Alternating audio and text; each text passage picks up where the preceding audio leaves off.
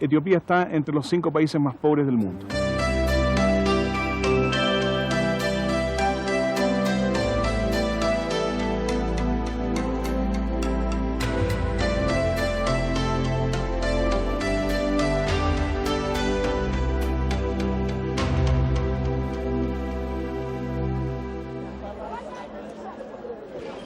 Etiopía está en el centro del mapamundi de la pobreza. Los datos cantan. La renta per cápita de un etíope es de $130 y su esperanza de vida de 43 años. La mayoría de los 61 millones de etíopes está incluida en los 800 millones de personas que, según la ONU, tienen sus estómagos vacíos. En los últimos 20 años, más de 1 millón de etíopes ha muerto de hambre y otro millón ha tenido que refugiarse en los países vecinos.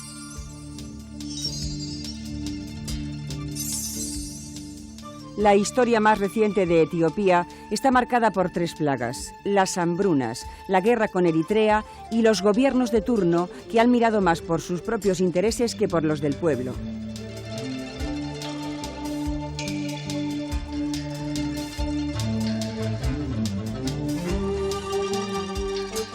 Etiopía es uno de los 5 países más pobres del mundo. Hay causas históricas que son importantes de considerar. Por ejemplo, el que haya sido un imperio medieval con el emperador Haile Selassie hasta 1974, cuando toda la tierra pertenecía o a los príncipes o a la familia imperial o a la iglesia ortodoxa. Los campesinos trabajaban la tierra para los señores feudales y el emperador. Todas las empresas relevantes del país pertenecían a la corona.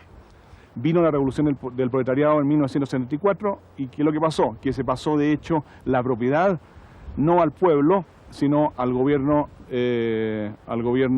comunista del país, y que estuvo entre el año 74 y el año 89. ¿Dónde se fueron esas platas? Un poco al desarrollo, pero la gran mayoría a la guerra.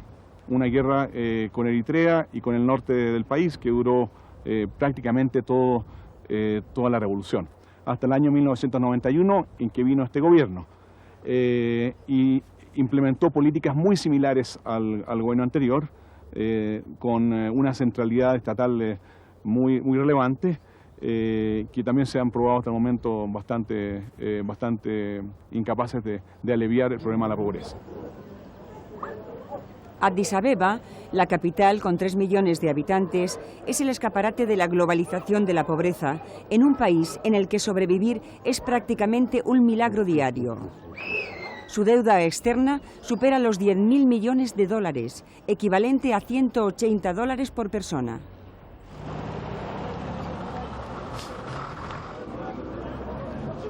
Visitamos Mercator, el mercado de Addis Abeba, uno de los más grandes de África, donde se vende de todo, aunque no todos pueden comprar lo que necesitan para matar el hambre.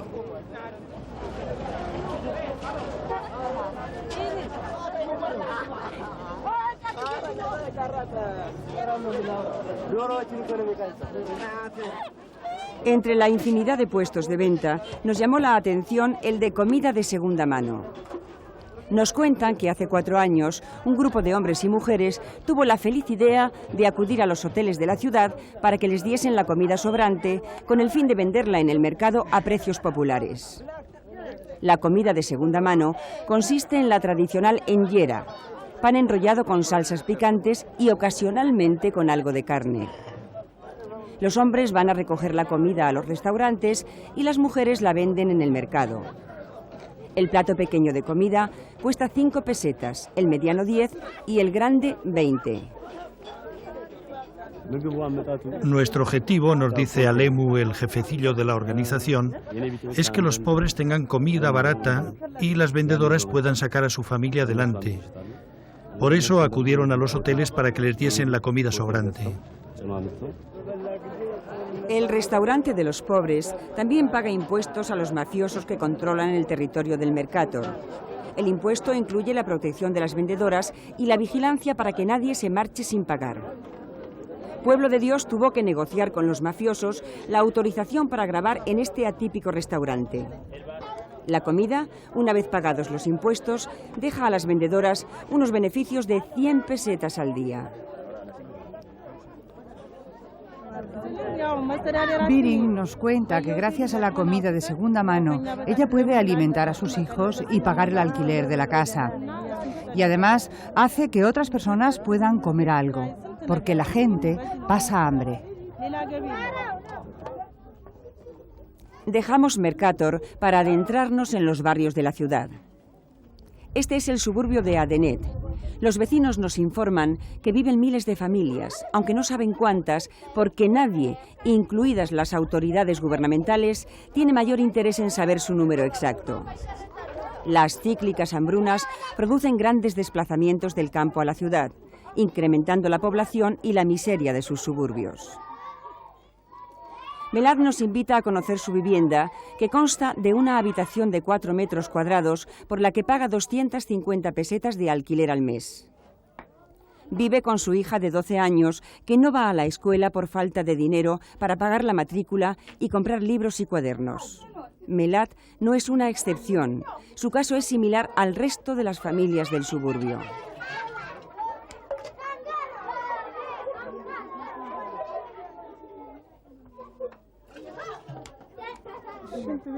Melad nos dice que hay días que no tienen nada para comer porque no hay trabajo. A veces tienen ropa para lavar y se ganan 140 pesetas, pero esto no sucede todos los días. Se queja de que en el suburbio no tienen agua, ni letrinas, ni transporte para ir a la ciudad a buscar trabajo. Y para colmo, cuando se produce un incendio, ni los bomberos ni la policía acuden a socorrerles.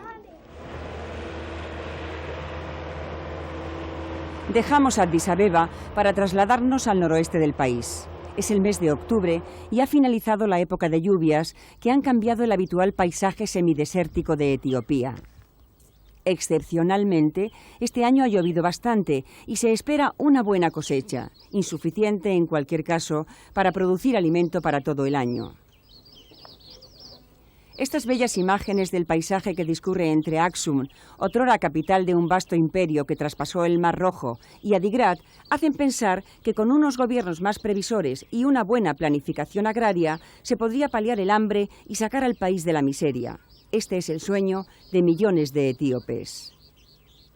El camino que sobrevuela las montañas a 3.000 metros de altura nos guía por una cadena de antiquísimos monasterios ortodoxos. Los orígenes de la Iglesia ortodoxa en Etiopía se remontan al siglo IV. Nos dirigimos a Zalambesa, una ciudad fantasma en la frontera con Eritrea. La guerra ahuyentó a sus 30.000 habitantes y los edificios, casas, escuelas, clínicas y templos fueron destruidos uno a uno por los soldados eritreos. Tan solo se salvaría la catedral ortodoxa, porque los eritreos establecieron en ella su cuartel general. La zona fue minada y su metralla cegó la vida de 500 personas y mutiló a otros centenares más. En mayo de 1998, las milicias eritreas, en su lucha por la independencia, invadieron la zona y la población inició un éxodo que todavía no ha finalizado. 2 años después, estallaría la guerra entre ambos países. Fueron 6 meses de lucha fratricida que terminó con la firma de la independencia de Eritrea. En julio de 2000, la ONU envió 3.870 cascos azules a la frontera para garantizar el cumplimiento del armisticio, y ahí siguen todavía. La guerra con Eritrea fue por problemas de límites teóricamente, pero lo que hay detrás es cuál país toma el liderazgo del Cuerno de África. Si es Etiopía o si es Eritrea. El problema no son los límites. Las Naciones Unidas están trabajando en límites hoy día, pero el problema es un problema económico y sociopolítico. La guerra anunciada llevó a un fuerte rearme de los dos ejércitos. Muchos jóvenes se alistaron porque en el ejército hay comida. Durante años, el mayor bocado del presupuesto del Estado fue para la guerra. Es lamentable constatar que para armamento siempre hay dinero. En el haber de esta guerra fratricida hay que contabilizar los miles de muertos y desplazados en uno y otro país y los muertos por hambre como consecuencia del desvío de los fondos para el desarrollo a la compra de armas. Las fronteras entre Etiopía y Eritrea están cerradas, pero las heridas de la guerra siguen abiertas.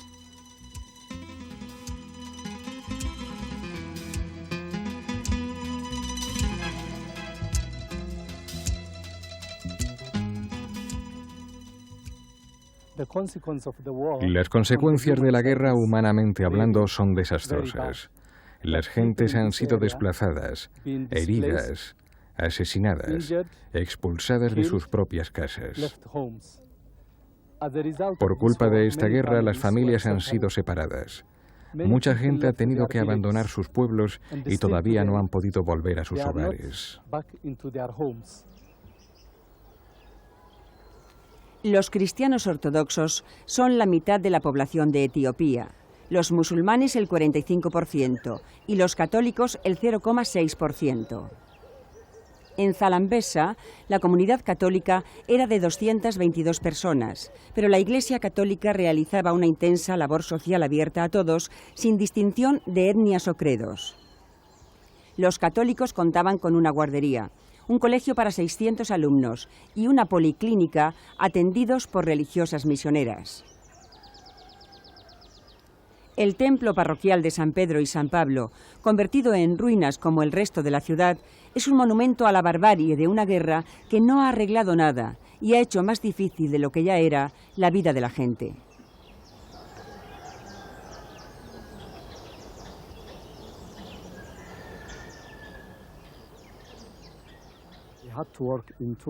Ahora tenemos que trabajar en dos sentidos. En lo material, con las donaciones de los gobiernos y de las organizaciones internacionales, y en lo espiritual y pastoral, animando a la gente a pensar en su futuro, a olvidar la guerra, a restablecer las relaciones humanas y a reconstruir sus vidas con valor. Las misioneras no pudieron inaugurar el nuevo colegio, que prácticamente estaba terminado, porque la guerra lo redujo a escombros. La necesidad de escuelas era tan grande en Zalambesa que las religiosas, con ayuda del gobierno de Irlanda, se decidieron a construir un colegio con capacidad para 1000 alumnos. Solo le faltaba al país que la guerra destruyera las pocas escuelas que hay, cuando más del 60% de los niños y niñas están sin escolarizar. Las religiosas, para desdramatizar la situación, dicen que al menos se libraron de pagar las últimas facturas de la obra. Por lo que se ve, las aulas no están totalmente vacías. Hasta ahora, Manos Unidas nos ha ayudado en muchas actividades de nuestra diócesis y también en muchos otros lugares del país. La situación de muchos refugiados es tan dramática que algunos han preferido volver a Zalambesa y cobijarse en las ruinas de sus casas restauradas con plásticos. Otros no se atreven a volver por temor a que cuando se marchen los soldados de la ONU se reavive el conflicto. Por otra parte, se habla de que el gobierno no quiere que se reconstruya la ciudad para que sus ruinas queden como testigo de guerra. Los campos de la frontera estuvieron sembrados de minas y ahora, una vez desminados, los campesinos vuelven a cultivarlos. Durante 3 años no hubo cosechas.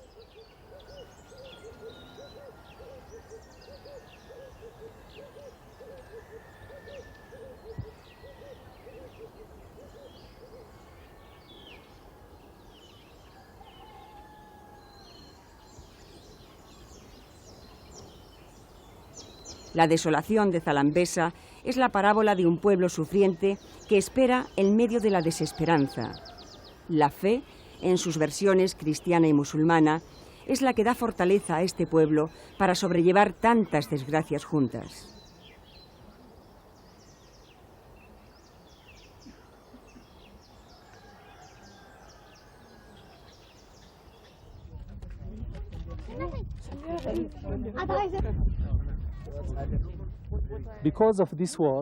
Por culpa de esta guerra, la gente humilde se ha visto sumida en un mar de dificultades.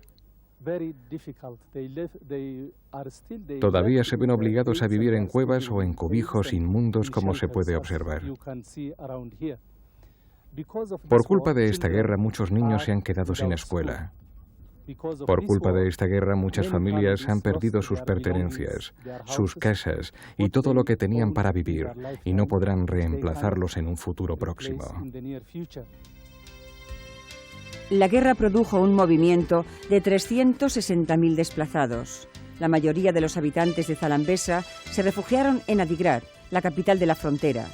Y como ACNUR no estableció campamentos, más de 5.000 familias se vieron abandonadas a su suerte. Las organizaciones internacionales se han limitado a darles a los refugiados 15 kilos de harina por persona al mes. Eso cuando llega el suministro. Y como no tienen otros medios de subsistencia, se ven obligados a vender parte de la harina para comprar ropa, jabón y comida y pagar el alquiler de las viviendas, los privilegiados que han encontrado vivienda. Con la llegada de los refugiados, los alquileres de las casas se han disparado. Nadie sabe cuánto durará esta situación, que ya va para 3 años. Las misioneras tienen un programa de ayuda a 500 familias de refugiados que consiste en pagarles el alquiler de una habitación al precio de 1.000 pesetas al mes y la escolarización de sus hijos en su colegio de Adigrad. 500 niñas y niños refugiados estudian en el colegio. Además de los estudios, las religiosas les dan uniformes, libros, cuadernos, apoyo moral, cariño y desayuno, que para muchos es la única comida del día. Con hambre, las letras no entran. El colegio se ha convertido en un centro de vida y estudio para la convivencia y la paz entre las distintas etnias, culturas y religiones. El futuro de Etiopía tiene que empezar en las escuelas. Cada año alcanzan la edad escolar 1.200.000 niños y niñas y solo hay plazas para 200.000. Para solucionar el problema, habría que crear cada año 1.000 nuevos colegios y 20.000 maestros, una meta por el momento inalcanzable.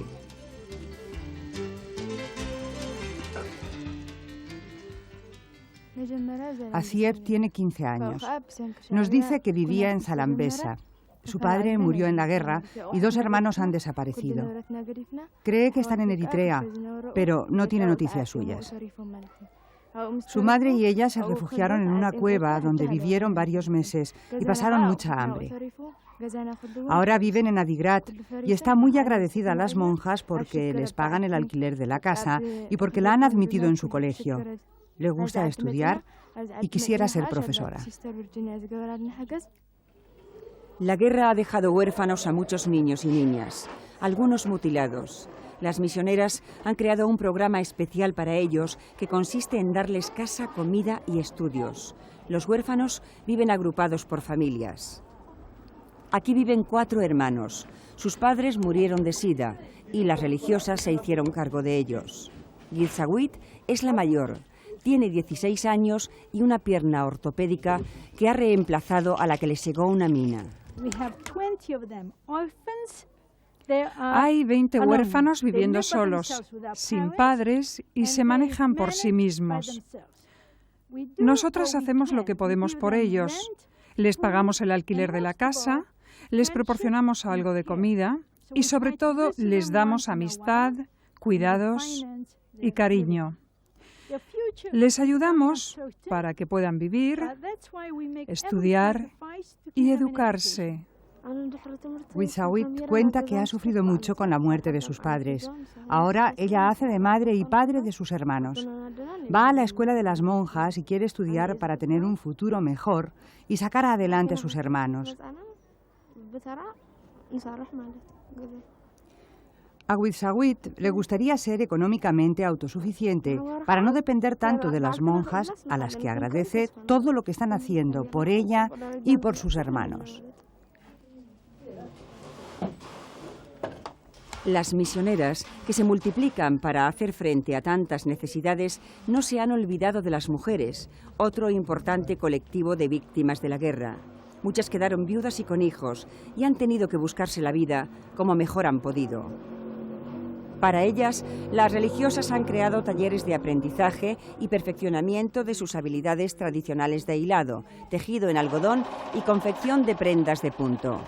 150 mujeres, la mayoría de ellas jóvenes, a quienes el hambre obligó a prostituirse, sobreviven con este trabajo. La hermana Virginia nos dice que las ventas en el mercado interior están muy mal, porque la gente no tiene dinero para comprar y por eso quisieran incorporarse a alguna red internacional de comercio justo. Las mujeres se han organizado en cooperativas para darle formalidad al trabajo y potenciar la comercialización de sus productos. Nuestra principal esperanza es que puedan comer y tengan paz en sus mentes y en sus corazones. Que puedan seguir viviendo con esperanza y tengan ganas de luchar a pesar de las dificultades.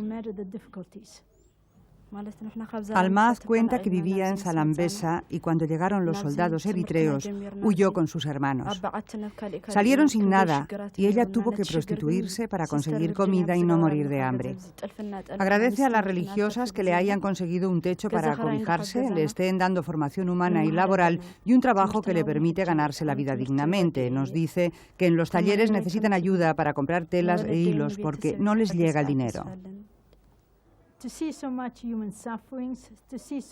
Lo que más me afecta personalmente es ver tanto sufrimiento humano, tantas familias destrozadas que lo han perdido todo. Me impresiona ver a toda esta pobre gente y trato de hacer todo lo posible para darles ánimo para vivir y alguna satisfacción para que tengan esperanza en su futuro. En Etiopía, Manos Unidas está financiando proyectos de desarrollo y ayuda humanitaria por una cantidad que supera los 150 millones de pesetas. Escuelas, dispensarios médicos, hospitales, centros de formación profesional y promoción de la mujer, comedores infantiles, son algunas de las obras de Manos Unidas en este país que se cuenta entre los más pobres del mundo.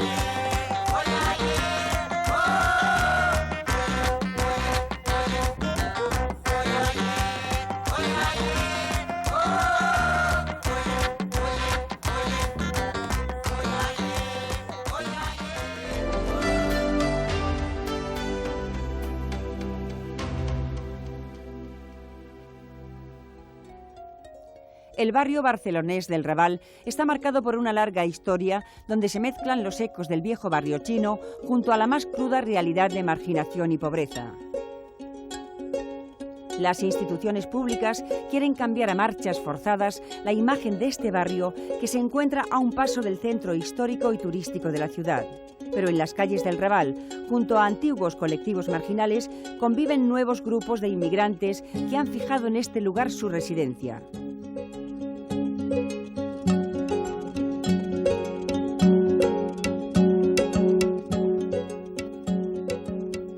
Varias asociaciones trabajan en el Raval para mejorar la calidad de vida de sus vecinos, ayudarles en sus necesidades más básicas o prevenir que puedan caer en las tupidas redes de la marginación. Todo ello lo podrán ver en el reportaje de la próxima semana que hemos titulado Solidaridad en el Raval.